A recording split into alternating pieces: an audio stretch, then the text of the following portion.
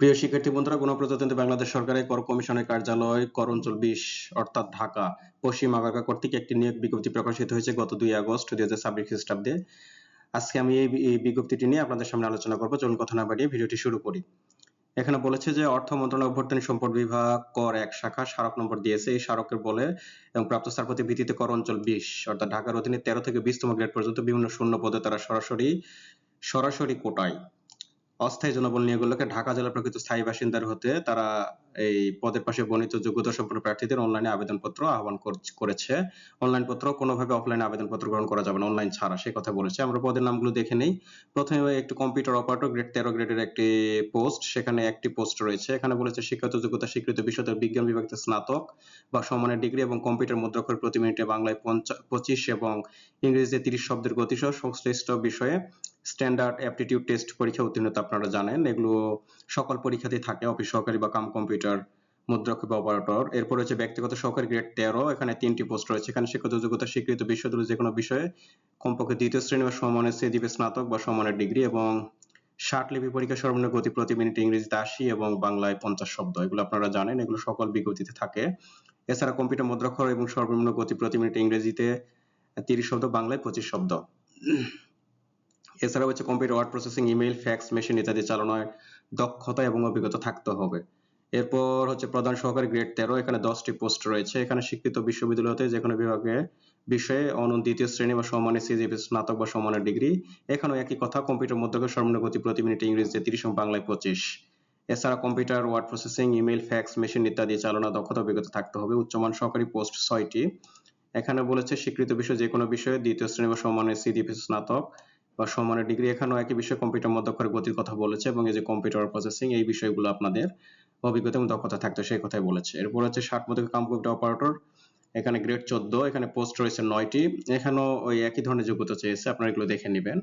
এরপর বলেছে অফিস সহকারী কম্পিউটার মুদ্রাক্ষরী গ্রেড 16, এখানে 9টি পোস্ট রয়েছে। এখানে মোটামুটি সেম ক্যাটাগরির আপনাদের শিক্ষাগত যোগ্যতা চেয়েছে, এগুলো আপনারা দেখে নেবেন। অফিস সহায়ক গ্রেড 20, এখানে পোস্ট 9টি রয়েছে। এখানে এসএসসি পাস, মাধ্যমিক স্কুল সার্টিফিকেট বা সমানের পরীক্ষায় উত্তীর্ণ হতে হবে।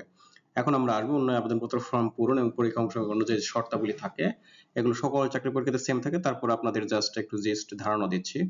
তাহলে এখানে আমাদের বলেছে 1/8/2026 খ্রিস্টাব্দে তারিখের সর্বনিম্ন প্রার্থী বয়স 18 এবং 32 হতে হবে, 18 থেকে 32।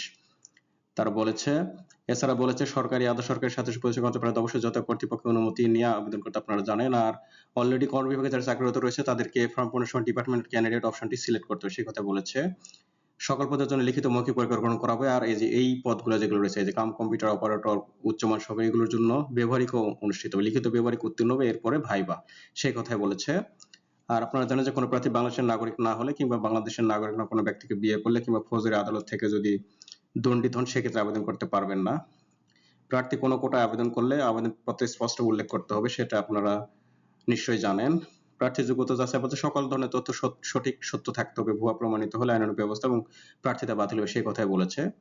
তাহলে এছাড়া আপনারা জানেন যে মৌখিক পরীক্ষার সময় যারা লিখিত পরীক্ষা এবং ব্যবহারিক পরীক্ষা দিবে, মৌখিক পরীক্ষার সময় তাদের সত্যায়িত একটি করে এক সেট ফটোকপি, 2 কপি রঙিন ছবি দাখিল করতে হয়, মূল কাগজপত্র প্রদর্শন পূর্বক। এগুলো আপনারা জানেন, সকল চাকরি পরীক্ষাতে এগুলো থাকে।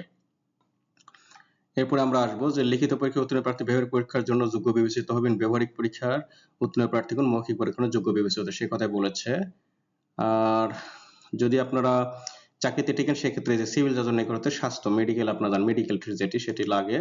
এছাড়া এজেন্সির মাধ্যমে তারা যাচাই করে, অর্থাৎ ভেরিফিকেশন হতে পারে এনএসআই বা ডিএসবি মাধ্যমে, যে ভেরিফিকেশন কথাগুলো বলে থাকে। অসম্পূর্ণ ত্রুটিপূর্ণ আবেদন বাতিল হলে আপনারা তো জানেন কোনো তদবির করা যাবে না, এগুলো জানেন। আচ্ছা, অনলাইন আবেদন নিয়মের বলেছে যে 16 আগস্ট 2026 খ্রিস্টাব্দ অর্থাৎ সকাল 10টা থেকে শুরু হবে আবেদন। আর আপনার হচ্ছে শেষ হবে 10 সেপ্টেম্বর 2026 খ্রিস্টাব্দ বিকেল 4টা। ইউজার আইডি পাসওয়ার্ড আপনারা জানেন ক্রিয়েট করতে হয়, ওনারা দিয়ে দেয়। আপনাদের আবেদন সময় যে দেখেন ছবি স্বাক্ষর এগুলো জানা রয়েছে আপনাদের। আর অনলাইন আবেদন পূরণ করার পরে একটা প্রিন্ট কপি সংরক্ষণ করতে হয়, মৌখিক পরীক্ষার সময় আপনাদের জমা দিতে হয়, এগুলো জানা রয়েছে আপনাদের। এই বিষয়গুলো আপনারা জেনে নেবেন যে কোন পদের জন্য কত টাকা ফি এবং কিভাবে দিতে হয় আপনাদের জানা রয়েছে নিশ্চয়। আর সকল বিজ্ঞপ্তিতে এই কথাটি উল্লেখ থাকে যে সচল নাম্বার দিতে, মোবাইল নাম্বার যেটি দিবেন অ্যাপ্লাইয়ের সময় অবশ্যই সচল থাকতে হবে, কারণ আপনার পরীক্ষা সংক্রান্ত সকল এসএমএস আপনার মোবাইল নাম্বারে প্রেরণ করা হবে, সেই কথাই বলেছে। যে প্রবেশপত্র যখন ডাউনলোড করবেন অবশ্যই রঙিন করে প্রিন্ট করে নেবেন। লিখিত পরীক্ষায় মৌখিক পরীক্ষা দিতে হবে সেই কথাই বলেছে। নিয়মাবলী দিয়েছে, ওগুলো আপনারা দেখে নেবেন। ডিক্লারেশন আপনারা জানেন। আর সর্বশেষ বলেছে যে নিয়োগকারী কর্তৃপক্ষের চূড়ান্ত সিদ্ধান্ত বলে গণ্য হবে সে কথা বলেছে। আর তারা শেষ তারিখ ও সময় অপেক্ষা না করে হাতে যথেষ্ট সময় নিয়ে অনলাইনে আবেদনপত্র পূরণ এবং ফি জমা দান করতে বলেছে। তো বন্ধুরা, ভিডিওটি এখানে শেষ করতে যাচ্ছি। যদি ভিডিওটি ভালো লেগে থাকে আমার চ্যানেলটিকে সাবস্ক্রাইব করার অনুরোধ রইল এবং আমার ফেসবুক পেজটিকে ফলো করে আমার পাশে থাকবেন। সে পর্যন্ত আপনাদেরকে ধন্যবাদ।